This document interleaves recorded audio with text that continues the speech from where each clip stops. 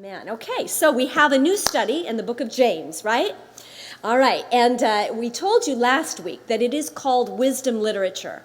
And it is truly wisdom literature because it is very, very practical. James, he doesn't mess around. And he's talking to the 12 tribes. We are all part of those 12 tribes, by the way. And these 12 tribes in the first century were scattered all over the Roman Empire. And they were just a sad and sorry bunch in many ways because they had been just persecuted. And they had lost their homeland, they had lost their country, they had lost their incomes. Many of them had lost loved ones because of persecution. And James knew this. And he was their pastor. And he was right with them in the thick of it. He wasn't writing from an ivory tower anywhere. He was right in the middle of this. He stayed in Jerusalem and eventually gave his life for what he believed in. And so he knew when he writes these things, and they sound very trite and simple and black and white as you read them in the pages of the Bible, but know that behind these words is a breaking heart of a man who is trying to equip his saints, his flock, for what they were facing, okay? So right off the bat, he tells us three things, and here's my simple outline. What we face, how we face it, and who we face it with. First of all, what do we face? And he tells us right away that we face tribulations, trials, and temptations. The word trial, temptation, tribulation is used 5 times in verses 2, verses 13, and verses 14. It's repeated throughout this section. And a trial is what? A trial is a trouble. A trial is a difficulty. It's a problem. It is also a test, and that's a different word than the word tribulation. A test, it's a trying. Verse 3 tells us, you see, the word test is also translated a proof, a trying, a proving of your faith. And the word has connotations, interestingly enough, of the Old English word smelting. Do you know what smelting is? Smelting is what you do when you're trying to separate precious metal from what is termed slag, or, what is not precious about it. And the way smelting is done is you take this iron or copper or silver or gold or whatever it is, and you heat it to a certain temperature in a crucible, and the expert smelter knows exactly what that temperature is. And he has to go on heating this raw material to the degree that it will eventually separate from what is useless. And that is oxidized or burned off. And that's called smelting. And not only James talks about this, but we're going to deal with this in 2 Peter as well, 1st and 2nd Peter, and the book of Hebrews. And we're not dealing with Hebrews this year. Thank goodness. We'd be the never-ending Bible study. But these 3 books, which are back-to-back in the New Testament, all touch on the theme of trials and tests and tribulations. And they all talk about these tests as a kind of furnace that is testing our faith. And over the years, as a pastor's wife and, books I've read and interviews I've read, you come across people who would say things like, I used to believe in God, but things happened in my life. Temptations and trials and tests came, and, I just couldn't go on. I couldn't go on believing in a God who would allow these things to happen to me.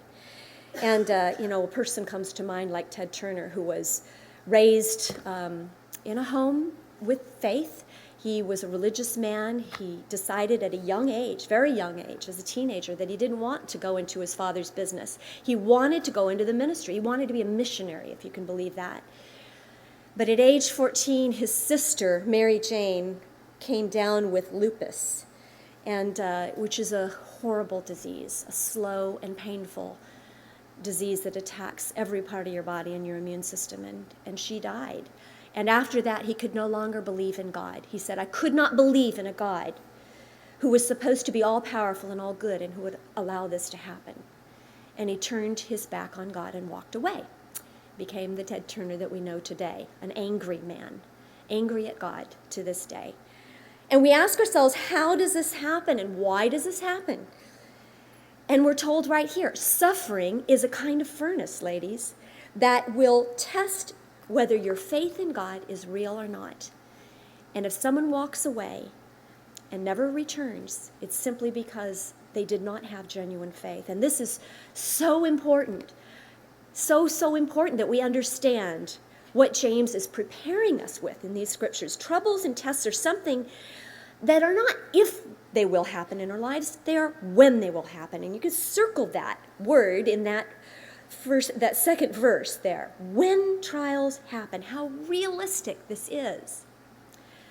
I wish I could say it weren't so, but it is. And the problem with words like this is we live in a day and age and in a time and a place when it's probably the worst culture, the worst society for preparing people how to suffer. In other times, people expected to suffer. In other parts of the world, people expect to suffer. It's a part of life. It's a given. They wouldn't question it. They wouldn't be surprised or caught off guard by it, but we are.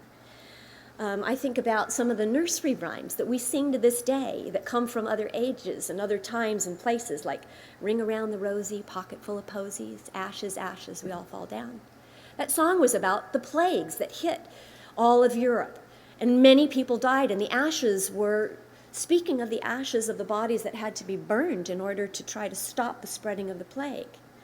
Or rock-a-bye baby on the treetop, when the wind blows, the cradle will rock. When the bough breaks, the cradle will fall. Now I lay me down to sleep. I pray the Lord my soul to keep, if I should die before I wake. Children from a very early age. This was not an unfamiliar concept, but we today want to protect ourselves, we want to protect our children, we want to protect the whole world from this concept of suffering.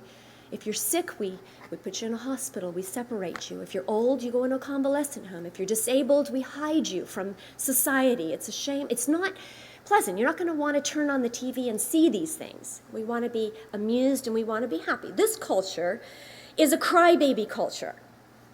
And because we're members of this culture, we probably have some of that ideology in our lives as well. We like to say, well, we're Christians and we know better. But the truth is we live in the real world. And we live in a culture in which this is so prevalent. And it's part of our lives. Even as Christians, we have this idea that we're entitled to certain things. If things go wrong, it's someone else's fault and we ought to sue them for it. It shouldn't be this way.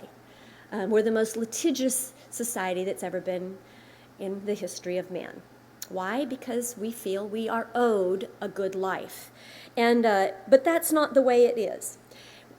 But we are part of this culture, and just like you would ask a fish about water, the fish would say, well, what's water?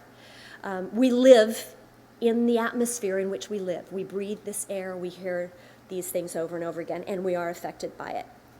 So there's never been a culture like this in the history of time that not only doesn't prepare us for suffering, but actually dis-equips us for suffering. That's the first point, okay? You are going to face trials and troubles and sufferings. And let me just say, so I'm saying this to you today, standing in front of you with a smile on my face. I know a little bit about this. We've been through this ourselves, our family. We're still going through this. And so if I don't go into great detail, just know I'm saying this with a breaking heart to you as well, but this is reality, and I want everyone in this room to be ready.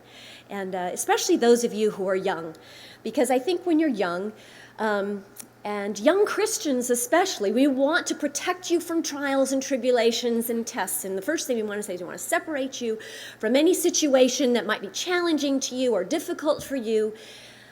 But God is smarter than we are, and He knows that there is a reason for all of these things.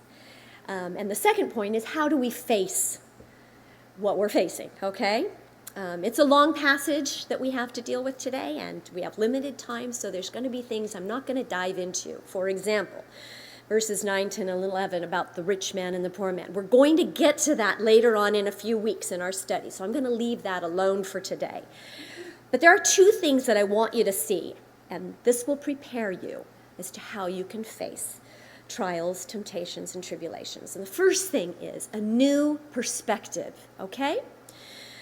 James wants us to have a new perspective. And the second thing is a couple of disciplines. We all don't like that word discipline, but it is going to help you, and you're going to want to know these things, ladies. So we're going to talk about them. The perspective is this: when you are struggling under a trial or temptation, remember the Christian's goals, okay? Remember, what are your goals? Verse 2 tells us, count it pure joy when you encounter. How in the world could James have said this to a group of people that had lost husbands and children and fathers and incomes and health and wealth and homeland and security, and these refugees? How could he say, count it pure joy? It sounds like masochism. The word pure means unmingled, pure, unadulterated happiness. James knows the emotion when you go through trials. You experience fear. You experience disappointment, pain, sorrow, grief. He knows that. He's going through it too, but he's saying, don't look at it that way. Have this perspective. He's saying, I want you in a deliberate way, make up your mind to take a different perspective and look at the possible results that come. Why can we do this? Because in verse 3 and 4 it tells us that the testing of our faith works and produces perseverance. But let this perseverance, this patience, this steadfastness have its perfect work, that you may be perfect and complete, lacking nothing. There are your Christian's goals. That you would be perfect and complete, lacking nothing. He is assuming that you want more than just an easy life in your days here on earth. He is assuming that as a Christian, these goals are your goals. You want this perfection, this completion, this lacking nothing, this equipment. Okay, he wants us to realize that in the long haul, not in the short term perhaps, but in the long haul, it can transform us. That word perseverance is a great Greek word called hupomone, which means steadfastness, and it's a great word. Study it, follow it through the New Testament, and you'll be so surprised how often it pops up. What are your goals as you sit here today? What's on the top of your list? I know you have perhaps groceries and children in school, and you got to get to work, or you have laundry to do, or whatever. I'm not talking about your short-term goals. I'm talking about your long-term goals. If only for the present you're thinking of certain things and you're not thinking of the future, then every trial is going to be nothing but a simple pain, something to just get through. Let's get this over with. Let's make this stop. How we can live our lives free of pain. There's all kinds of drugs and medications on the market to help you live a pain-free life. But James is saying, consider it pure joy. From a Christian perspective, even in the midst of your tears, even in the midst of your suffering, you can rejoice because it's getting you closer to your goal. What he is saying is, I want you to consider that suffering, if you handle it right, will transform you into a mature, experienced, wise Christian. And this last statement in verse 4 is a good one. When it says not lacking anything, it means equipped for every job. Now, if you're fairly young and you haven't suffered much in your life, this sounds like an exaggeration. This sounds like I'm candy coating something that's a very bitter pill to swallow, but let me tell you that it's not. It is true. Suffering equips you better than any classroom, better than any textbook, to do better what it is that God is calling you to do. And you want to know what it is that God's calling you to do and discover that. It used to be called a vocation, right? Nowadays you say, well, what are you going to do for a job? But the word vocation means calling. Voca meaning call. People in olden times recognized that God had the ability to call you to do something with your life. And suffering, trials, temptations equip you for that calling. Suffering can turbocharge the Christian growth. That doesn't mean that when you suffer that you're just going to be so happy that you're suffering, because let me tell you, there is nothing good in suffering in and of itself. By itself, there is nothing. Jesus knows that suffering is painful. He stood at the tomb of Lazarus and wept and was angry at the pain and the suffering and the death. He knows this isn't the way it was supposed to be. But yet we know in Romans 8:28 it tells us that God says that all things are working together for good. And if we trust him in our suffering, if we hold on to him in our suffering, he can work things out so that that suffering will be like a furnace that will turn you to pure gold and turn you into a mature and grown, and I love the word complete. It means whole. You want to be a whole person, don't you? You want to experience life to its fullest in the way God intended it to be, and that's what that means. To be complete is to be whole in God's sight. Okay, so that's our short-term goals, perhaps. Our short-term goals is to be perfect and complete and equipped for the job that God's calling us to do. But there's also a long-term goal. There's another goal that is spoken of in verse 12. It says, "Blessed is the man who perseveres under trial, because when he has stood the test, he will receive the crown of life that God has promised to those who love him." This crown is the word Stephanotis, which is a crown that they used for a victor of the Olympic Games, or a victor in war. It was a wreath, and some of you may even know that there is a flower called a Stephanotis flower. I have a vine in the backyard that's finally getting the nutrients it needs to produce these Stephanotis flowers, and they are so beautiful. They're white flowers that are picked, and they mass them all into bouquets that brides use on the days of their wedding. They are fragrant and absolutely gorgeous. I think it's called a Madagascar vine as well. But the word, the Latin word for this vine is Stephanotis, and this is sort of the idea of the crown that a victor would get for achieving, it was their reward. And we're told here that we will receive this wreath, this Stephanotis wreath, this crown of life for those who persevere when tried. And so we have the short-term goals, we have the long-term goals, the eternal reward that God has promised. And what is this crown of life? I mean, is it a literal crown? I don't think so. I think the idea is the crown of life is the consummation of all that God has promised life would be. Everything that is waiting for us in heaven. That consummation of life itself.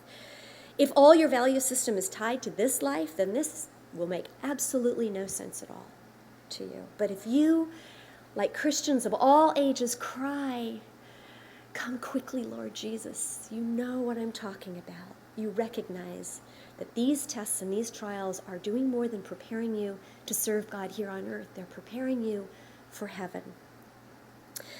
So look, for example, at 2 Corinthians chapter 4, verses 16 and 17. I'll read these verses to you. So when Paul says, "Therefore, we don't lose heart, though outwardly we're wasting away, yet inwardly we are being renewed. Day by day, our light and momentary troubles are achieving for us an eternal glory that far outweighs them all." By the way, did you hear that? Light, momentary afflictions, that Paul is using that terminology to describe suffering here on earth. Let me just give you a little bit of a background into what Paul had experienced. He had been whipped 5 times, 39 lashes. He had gone through that 5 times. He had been beaten with rods 3 times. He had been stoned and left for dead 1 time. He had been shipwrecked 3 times. He was persecuted and running for his life and hounded every moment that he lived by Judaizers, by people within and people without the world of religion. Paul had suffered, and yet he considered it light and momentary afflictions. And that's what you call a perspective. He said these things are working, okay? You don't get the reward in spite of the suffering. The suffering in itself is working something in your life and in your heart that he, meaning God, cannot get in your life any other way, okay? He is going to use those things to build you into a Christian, into a saint that will enjoy the glories of heaven like you could never have enjoyed them otherwise. It is working. I hold on to that so much.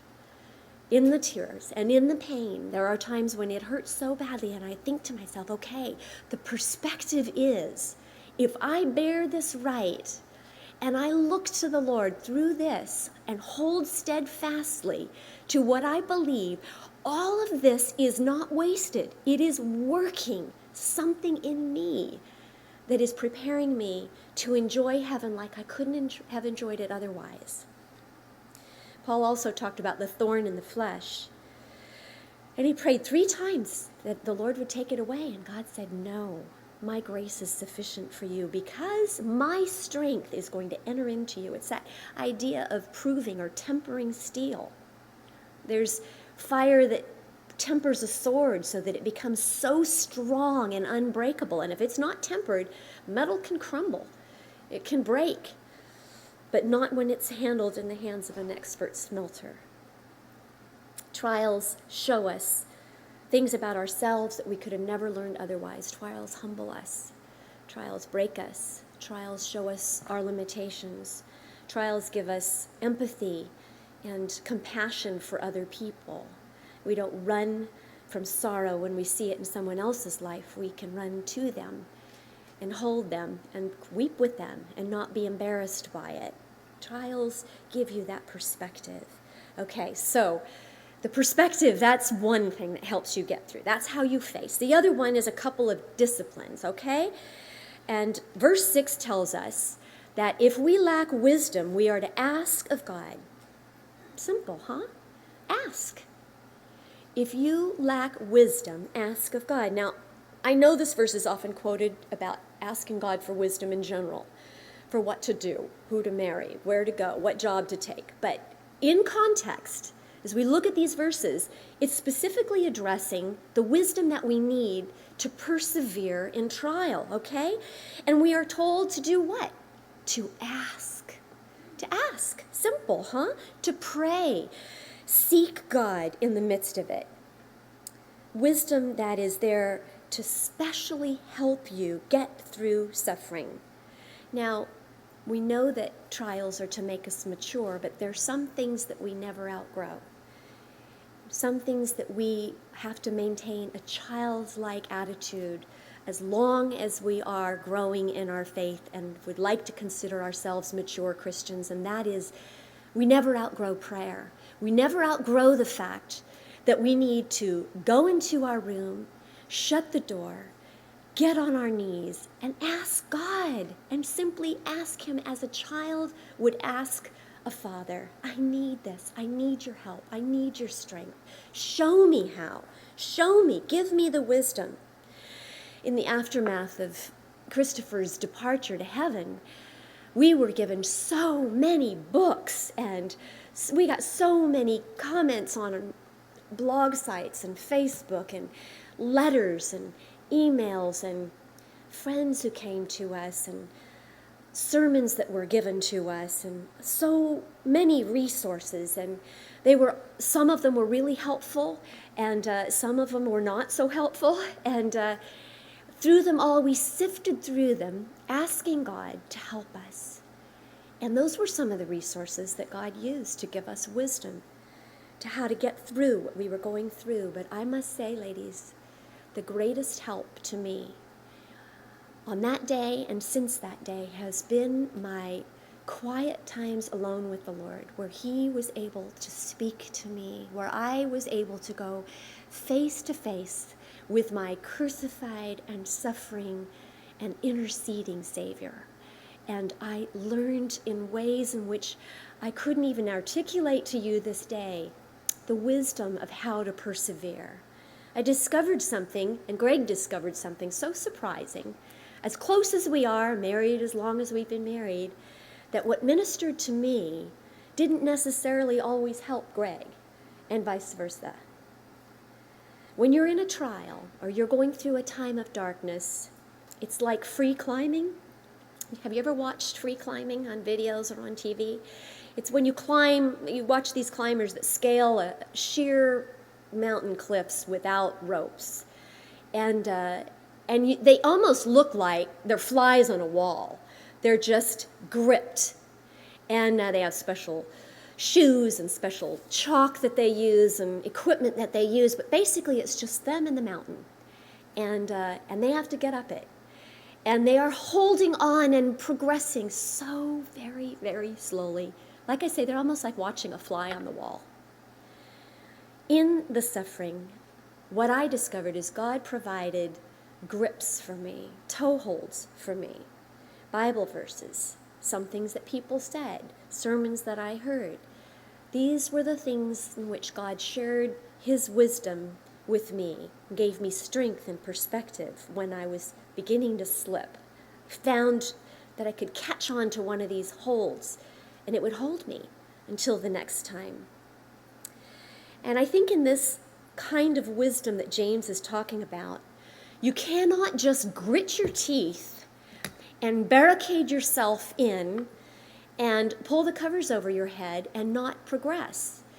It's not the picture of a ship putting down an anchor that is not going to move. It's the picture of a ship with its sails filled with wind, going against the tide, against the waves, against the direction that all the elements are blowing and making progress, but making very slow progress.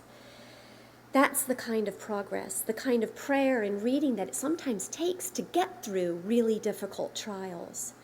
And everybody, ladies, has to face it themselves. They have to face it on their own, them and the Lord. And I've been reading in my free time, went back to the book The Hobbit, and dear old Bilbo, as he's ready to face the dragon. He's going down into the dark dungeon, and he can smell the dragon's breath. He can feel the dragon's heat. He can see the glow around the corner. He says that it was in the darkness of the tunnel, before he ever encountered the dragon, that he had to face his fears, but he faced them alone. And we all will face those fears alone. And what you will discover is your 1, 2, 3, 4 points of wisdom that God shares with you may not be someone else's 1, 2, 3, 4 points of wisdom. Greg and I, and our family, there were times when we went through, this really ministered to me, this song really helped me, and I could just see that it was not helping, it was hurting, it was causing, and like I said, vice versa. You have to find those grips, those toeholds on your own. But that's not the only discipline that we're given. The discipline of prayer is one of them, seeking and asking God for wisdom. But then it goes on, and in verse 6 it says, if you want this wisdom, when you ask, you mustn't doubt. Right away, we read that word not doubting, and we think that must mean that we have all the answers. That must mean that we don't have any more questions. We're not going to doubt. We don't have any questions. We don't have any answers. And we think that we're going to be, satisfied and not be questioning any longer. And that is not what this means, ladies. The Greek word for doubt it's a great word. And let me tell you, if you want to get some good Greek resources on the New Testament, they're going to be downstairs at the book table. I strongly advise you to do that. James is so rich in the Greek language. I told you, it's the highest Greek in the New Testament. Is the words in Greek that we read here. So many pictures. But the word to not doubt means to not be divided in your mind or your heart as to what is your true love, where is your true loyalty. Okay? God says we must not doubt. In other words, he's saying, I want you to commit 100% to me. No holds barred. You're not trusting in anything. You're going to trust me. As much as you can, you're going to trust me and not doubt. And I will give you wisdom.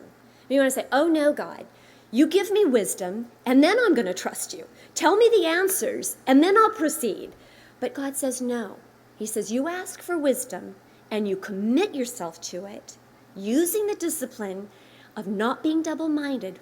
Focus your trust and your faith in the one who made heaven and earth, and then he gives you the wisdom. That is the second discipline. Pray, and don't allow yourself to be double-minded. Because if you don't know this before, suffering hits, it's very, very hard to learn it on the fly. If you don't learn this in the small trials of your life, your best friend who didn't invite you to lunch and you're feeling rejected and you're feeling alone and how come everybody else is doing it and you weren't told or invited and you're feeling shattered and devastated by this, that's the time to start learning these lessons, girls. That's the time to go and say, wait a second, where is my true love? Where is my identity? Where is the greatest joy? And that can't be taken away. So I didn't get invited to lunch. Big deal. Have lunch with Jesus that day. It is painful, but in that pain, and I'm not minimizing those things because I felt them too, learn it in those small ways and you will grow. In the midst of it, you will grow. It's really hard to learn this on the fly, but if you have some wisdom and experience that you gained in the smaller trials, it's equipping you, it's preparing you for the bigger trials, the bigger tests. And the reason that we are double-minded, ladies, is because we are divided in our loyalties. We'd like to think that I'm 100% sold out. Yes, I believe in God. He is the anchor. He's everything to me. But underneath the reality of our lives, we have other anchors, don't we? We all do. Honestly, we all do. We are to commit ourselves single-mindedly to God every step of the way. And it says He promises He will take us into His inner circle of wisdom and open up His treasures of wisdom to us. Jesus gave us the illustration of a man who built his house on the sand, right? Versus the man who built his house on the rock. We sing that song. We teach it to our little ones, okay? And this way we should be preparing our kids for trials and tribulations. That's what the song is about. When the winds came and the rain fell and the storms and the floods came, the house on the rock stood firm, right? Well, what does that mean? Begin to teach your little ones from the time they're this big. Their little friends who stole their toys or their little ways that we can make this true in their lives. But it's true in our lives. But here's the problem. When the winds come and the storms come and the ground begins to shake, every single one of us begins to understand that we are not built 100% on the rock because we feel it, don't we? We feel the shaking. We feel the pain. We're not in heaven yet. We're still living in the real world. And it's a nice, simple concept to understand and to read. Don't be double-minded. It's much harder to practice this as a discipline. When life is going okay, we say, I'm built on the rock. I'm good. But then something happens. Test from your doctor, a pink slip at work. Your husband is having an affair, or God forbid something worse happens.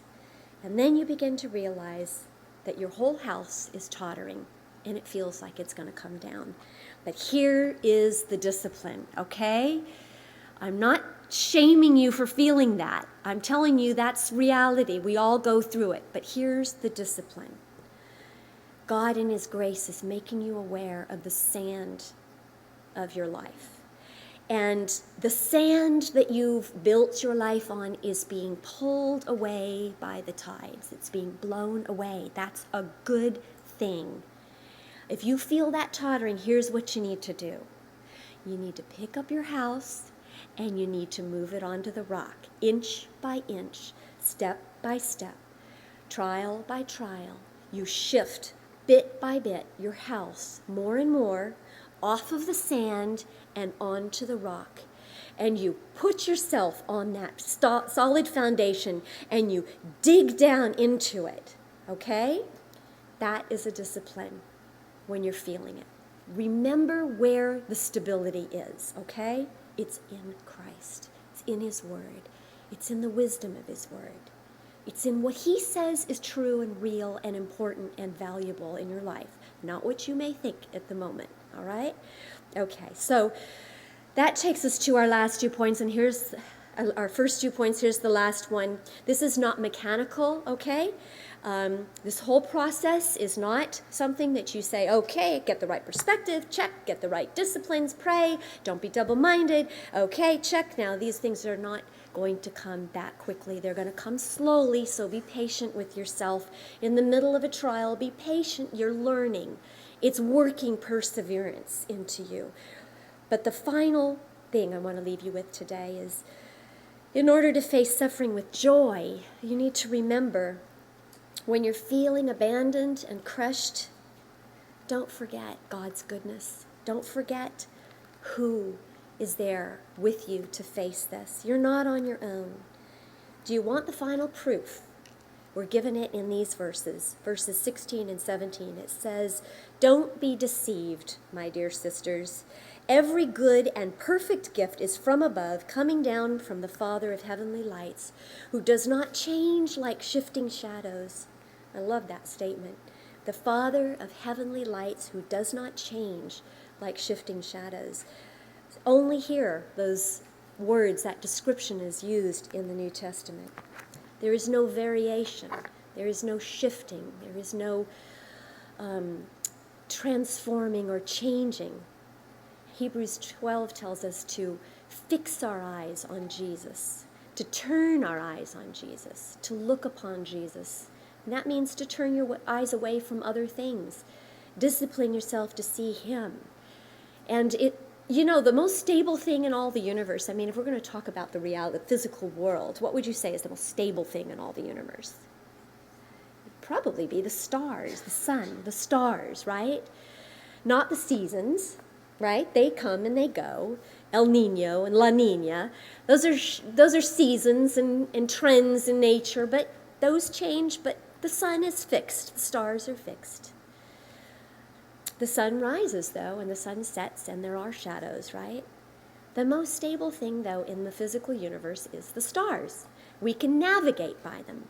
You can look up at the Big Dipper at night, and the two stars on the far end of the dipper opposite the handle, those two stars are your direction stars. And if you line them up, and you drew a line through those two stars and extended it out, those two stars will connect you with the North Star.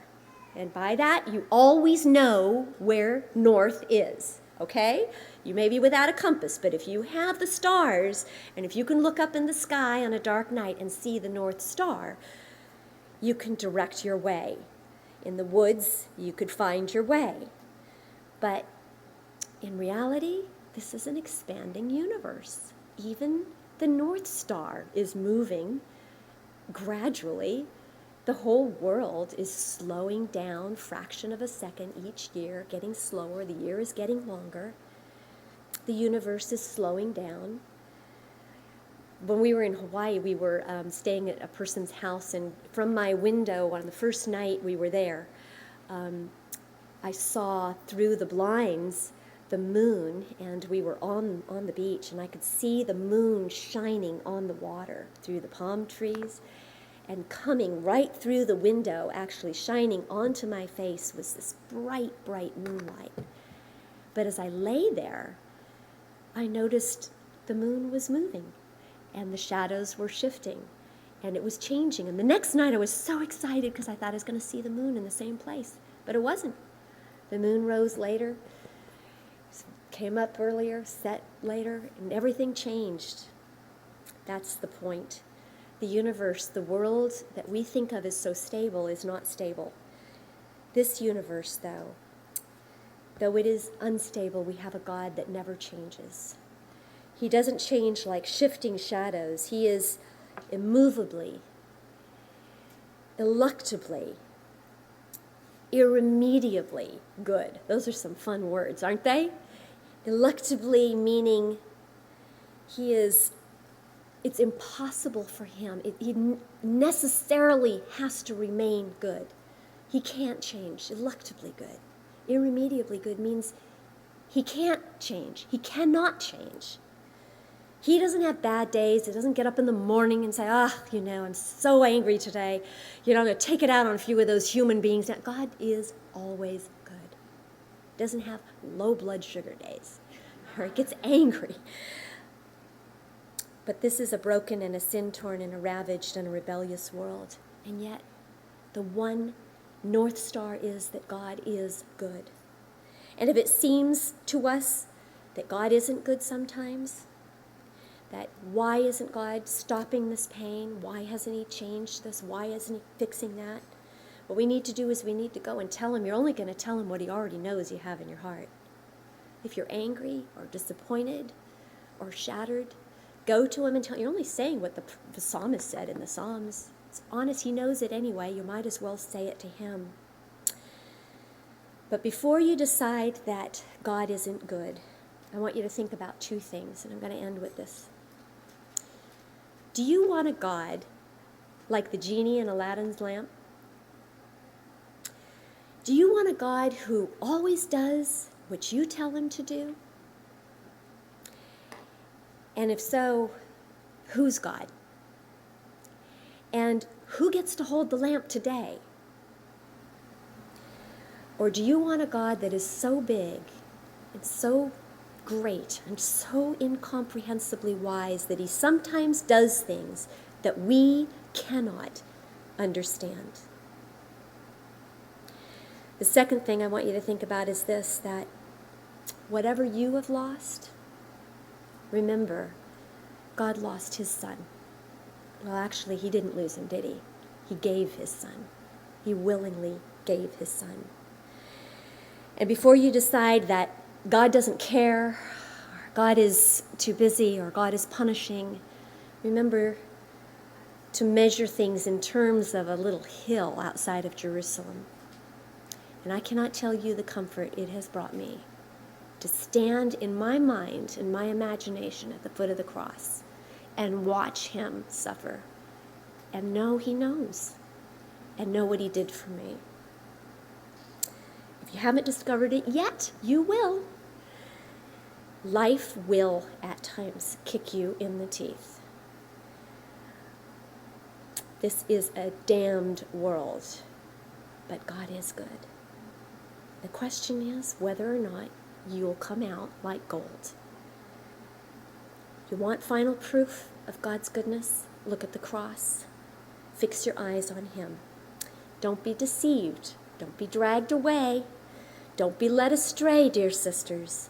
Don't wallow in your self-pity or begin to accuse God falsely. Remember, when the sky is dark and the rain falls and the floods come, and they will, and the wind is blowing, remember, get to the high ground, get to the rock of what you know for certain in your life.